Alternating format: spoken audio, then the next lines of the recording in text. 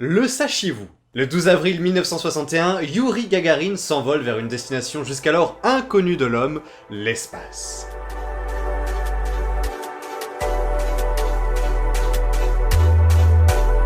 Il est ainsi le premier homme à s'y être rendu au cours de la mission Vostok qui était organisée par les soviétiques. Et autant dire qu'envoyer un gars dans l'espace pour la première fois, ça n'a pas été une mince affaire. Entre quelques fusées perdues ou explosées et une dizaine de chiens cobayes dont je tairai la mort parce que c'est pas forcément très joyeux, on peut dire que ça partait plutôt mal. On estimait d'ailleurs les chances de réussite de la mission Vostok à 50% seulement.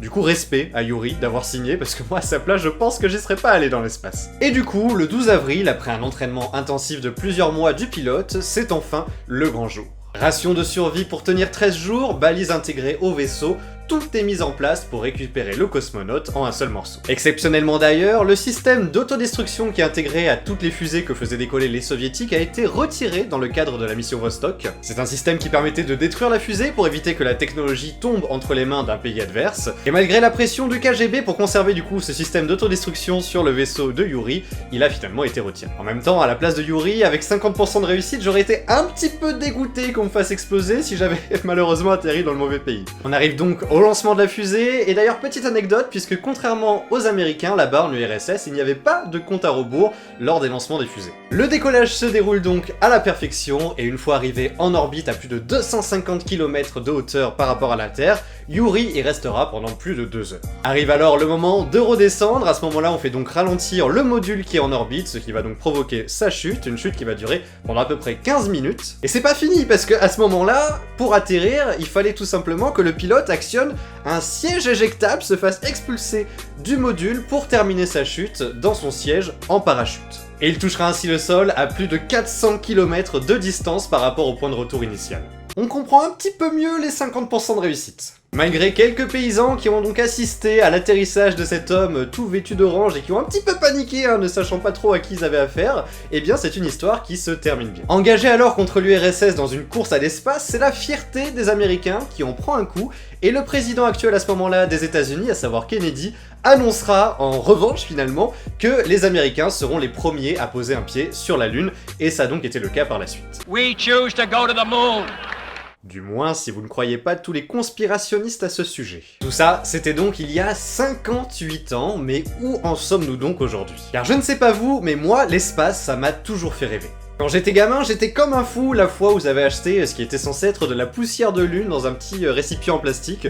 À mon avis, c'était juste de la poussière récupérée dans une carrière en Chine. Mais je sais aussi que j'avais un délire avec toutes ces petites étoiles fluorescentes. Là, je voulais en mettre partout sur les murs de ma chambre, sur le plafond de ma chambre. Bref, ça me faisait totalement rêver. Et aujourd'hui, l'espace est toujours un sujet qui me passionne autant. Il y aura sûrement d'ailleurs d'autres vidéos à ce sujet dans de prochains Le Sachiez-vous. Et lorsqu'on m'a dit que j'allais pouvoir peut-être assister au lancement d'une fusée loin de Los Angeles, pendant mon séjour notamment aux États-Unis, eh bien j'ai sauté sur l'occasion. Et autant vous dire que ça a été toute une aventure.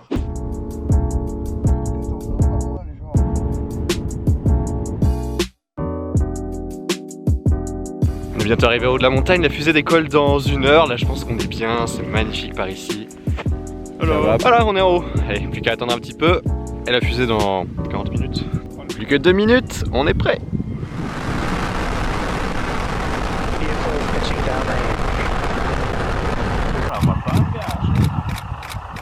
On est quand même sacrément loin par rapport à...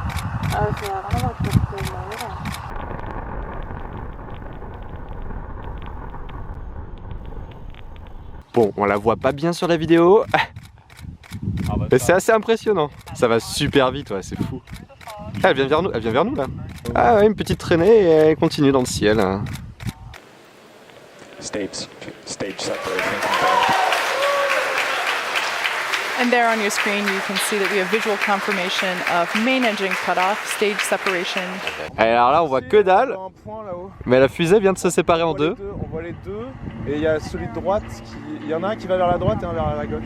Ok, j'avoue, en vidéo c'est pas très impressionnant, mais je peux vous dire que sur place c'était vraiment quelque chose à vivre. En tout, ce sont donc ainsi une centaine de fusées qui décollent chaque année pour par exemple envoyer en orbite des satellites. Et pourtant, en 60 ans, la recherche spatiale c'est un domaine qui a très peu évolué. pollué et qui coûte toujours extrêmement cher. Envoyer la sonde Curiosity sur Mars, 2,5 milliards d'euros. Construire la Station Spatiale Internationale, 137 milliards d'euros. Résultat, depuis qu'on arrive à envoyer des gens dans l'espace, eh bien seules quelques centaines de personnes ont eu la chance d'obtenir le titre d'astronaute. L'enjeu économique faible et les coûts très élevés n'ont ainsi jamais motivé l'investissement dans ce domaine de recherche, contrairement à d'autres secteurs beaucoup plus lucratifs comme par exemple celui de la santé ou des transports terrestres. Pour mettre un petit peu ça en image, voilà à quoi ressemblait une fusée il y a 50 ans, et voilà à quoi elle ressemble aujourd'hui.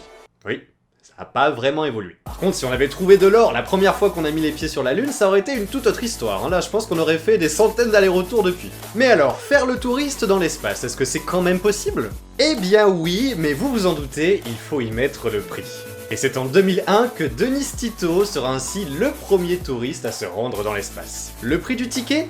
20 millions de dollars. À 61 ans, il risquait pas d'avoir le tarif carte jaune. C'est à travers du programme Space Adventures directement proposé par la NASA que ce dernier a pu participer à la mission Soyuz et se rendre directement sur la Station Spatiale Internationale. Bon, par contre, pour se rendre dans l'espace, il suffit pas juste de signer un chèque, hein, il y a tout un entraînement avant à subir. Un entraînement physique, par exemple, pour s'entraîner à se comporter en faible apesanteur ou à subir de fortes pressions lorsque le véhicule va extrêmement vite, mais également un entraînement théorique, hein, pour savoir comment se comporter dans un vaisseau spatial ou dans la Station Spatiale Internationale, et j'imagine ne pas faire n'importe quoi. Si le mec là-haut il commence à ouvrir les portes, ça peut vite être le bordel. Et ce sont ainsi au total 7 touristes qui ont eu la chance de se rendre dans l'espace, et parmi ces 7 chanceux, on peut notamment citer le nom de Charles Somoni qui apparemment a tellement kiffé son premier voyage qu'il s'est payé un second trajet dans l'espace pour y retourner 2 années plus tard. 7 touristes dans l'espace, ça peut sembler assez peu, et il y a d'ailleurs une raison à cela, puisque depuis 2009, la mission Soyuz ne prend plus de passagers puisque l'équipage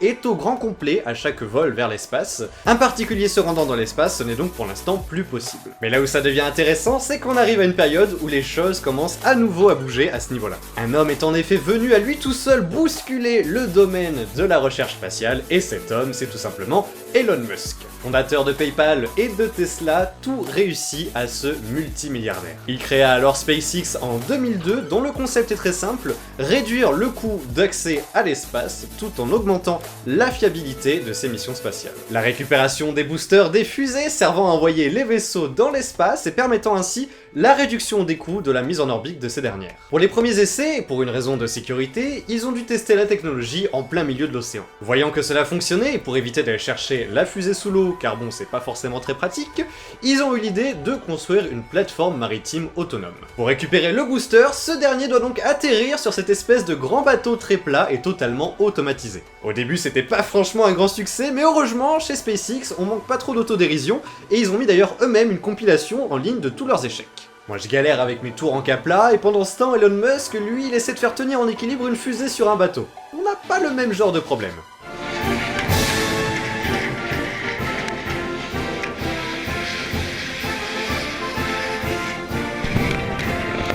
Ouais. Par contre, il est aussi doué que moi. Décembre 2015 marquera heureusement le premier succès de cette récupération des boosters. Depuis, rares sont les échecs, mais on notera notamment celui de 2016 où, lors d'un test de décollage de fusée, eh bien cette dernière explosa alors qu'elle contenait malheureusement un satellite de Facebook que ces derniers comptaient envoyer dans l'espace pour proposer internet à tout le monde et notamment en Afrique. Du coup depuis ça doit être un petit peu tendu entre Mark et Elon, hein, surtout lorsqu'on connaît l'objectif du projet Starlink de SpaceX, à savoir la mise en orbite de 2000 satellites pour proposer internet à toute la population mondiale. Côté tourisme, eh bien c'est Yusaku Maezawa, j'espère ne pas écorcher son nom, qui sera donc le premier client de SpaceX et qui aura donc droit à un vol jusqu'à la Lune. Ce dernier sera donc le premier touriste lunaire, même si c'est pas prévu qu'ils atterrissent sur la Lune, mais bon, c'est déjà ça, se rendre jusqu'à là-bas, c'est déjà quelque chose. Et le départ est donc prévu en 2023, et le prix du ticket s'élève à 5% du coût de la mission totale, et on parle donc ici de plus de 200 millions d'euros. SpaceX est également depuis devenu partenaire officiel de la NASA dans un programme de tourisme spatial que j'évoquerai en fin de vidéo. En tout cas, ce Elon Musk, c'est tout un personnage. Dernièrement, il s'est amusé à envoyer une Tesla dans l'espace, c'était visuellement très impressionnant, et n'en manque pas une pour délirer sur Twitter en faisant au passage paniquer tous ses actionnaires. Dernièrement, il a même changé sa photo de profil par celle du personnage d'Edward de l'anime Fullmetal Alchemist, engendrant ainsi un nombre de mèmes assez incroyable sur le sujet. Bah ouais, sérieux, afficher publiquement son animé préféré, il faut quand même oser. Et du côté des concurrents, il se passe quoi? Car oui, même s'ils sont un petit peu plus discrets dans la communication, ça s'active également du côté de Blue Origin, qui a été fondé par Jeff Bezos, qui est notamment également le créateur d'Amazon. Le New Shepard, c'est le nom du coup de cette fusée, qui a le même principe que les fusées de SpaceX, à savoir la récupération du booster, a donc décollé pour la première fois en 2015. Il ressemble donc à un gros missile, et on peut mettre dans sa capsule qu'on envoie donc en orbite jusqu'à 6 passagers. Coût estimé du ticket? Plus de 200 000 $, mais bon, ça devient déjà un petit peu plus abordable. Dans une optique un peu différente, on a le projet de Virgin Galactic qui propose de se payer un ticket pour un vol à plus de 100 km en orbite au-dessus de la Terre. Ils ont ainsi pour ce faire construit leur propre aéroport à Las Cruces au Nouveau-Mexique pour la modique somme de 250 millions $. Ici par contre, pas de fusée, puisque le vaisseau spatial, qui peut accueillir du coup jusqu'à 6 touristes, est transporté par une sorte de double avion, il y a le vaisseau au milieu. Ce dernier est donc relâché en très haute altitude et termine donc tout seul son trajet pour aller se placer en orbite pendant 2-3 heures, et pour ensuite redescendre tout doucement et atterrir en douceur à l'aéroport. Coût de ce petit vol dans l'espace, 250 000 $ par personne. Et si vous pensez que c'est beaucoup trop cher, eh bien sachez que l'on compte déjà plus de 700 réservations de petits chanceux qui eux n'ont pas peur de casser la tirelire. Si on laisse de côté du coup la pollution que doit engendrer chacun de ces vols vers l'espace, eh bien on peut tout de même se féliciter de cet attrait à travers le tourisme spatial qui relance enfin la recherche dans le domaine spatial. La petite information bonus maintenant. Si le simple fait d'observer la planète Terre depuis la fenêtre de votre vaisseau spatial ne vous suffit pas, eh bien sachez qu'un hôtel est prévu en construction directement dans l'espace. Et cet hôtel, c'est l'Aurora Space Station qui ouvrira enfin ses portes en 2022 et pourra accueillir jusqu'à 6 passagers. Ces vacanciers pourront ainsi s'offrir un séjour de 12 jours dans les 40 mètres carrés que proposera ainsi cet hôtel à 320 km en orbite au-dessus de la Terre. Il faudra donc ainsi compter 65 000 € pour simplement réserver sa place et ensuite payer 8 millions € pour le séjour complet de quelques jours dans l'espace avec heureusement internet compris histoire d'envoyer ses selfies en zéro gravité. Télévision géante, ping-pong en zéro gravité, atelier culture de sa propre nourriture dans l'espace sont ainsi parmi les quelques activités qui seront prévues là-haut. En attendant l'ouverture de cet hôtel, il va falloir se contenter de la Station Spatiale Internationale qui a prévu d'ouvrir une partie de son infrastructure au secteur privé. Coût de la nuit dans cette station, seulement 30 000 € avec en plus le repas compris, donc c'est tout bénef. Mais il faudra par contre payer le ticket pour se rendre là-haut, bah oui, forcément, avec par exemple SpaceX et sa Big Falcon, ou Boeing et son Starliner, qui sont donc les deux compagnies qui ont signé un partenariat avec la NASA pour pouvoir faire l'aller-retour entre la Terre et la Station Spatiale Internationale. Et voilà, c'est donc la fin du Le Sachiez-vous de cette semaine. Comme d'habitude, si ce dernier vous a plu, pensez à vous abonner et activer les notifications. D'ailleurs, merci à la moitié des gens qui se sont abonnés, qui apparemment ont activé les notifications, donc ça fait extrêmement plaisir. Et la semaine dernière, à l'occasion de mon voyage, du coup, à Los Angeles, aux États-Unis, je vous ai laissé la possibilité de proposer un sujet en rapport avec ce pays. Donc à la base, c'était censé être le Sachiez-vous de cette semaine. Finalement, comme j'ai eu l'occasion d'assister à ce lancement de fusée, ce qui était quelque chose d'assez exceptionnel, j'ai décidé d'axer du coup ma vidéo sur ce thème-là. Mais j'ai tout de même relevé vos propositions, merci d'ailleurs d'en avoir proposé, vous avez été nombreux à laisser un petit commentaire sur ce post dans la communauté, et j'ai retenu du coup notamment les deux propositions qui étaient les plus likées, à savoir un sujet sur le port des armes aux États-Unis et un sujet sur les fast-food et la malbouffe. C'était aussi des thèmes que j'avais en tête et ça me paraît en effet tout à fait intéressant de s'y intéresser dans de futurs Le Sachiez-vous. Je ne sais pas donc quand on abordera ces sujets, mais c'est prévu, donc pensez à vous abonner et d'ici la prochaine vidéo, eh bien portez-vous bien, ciao tout le monde.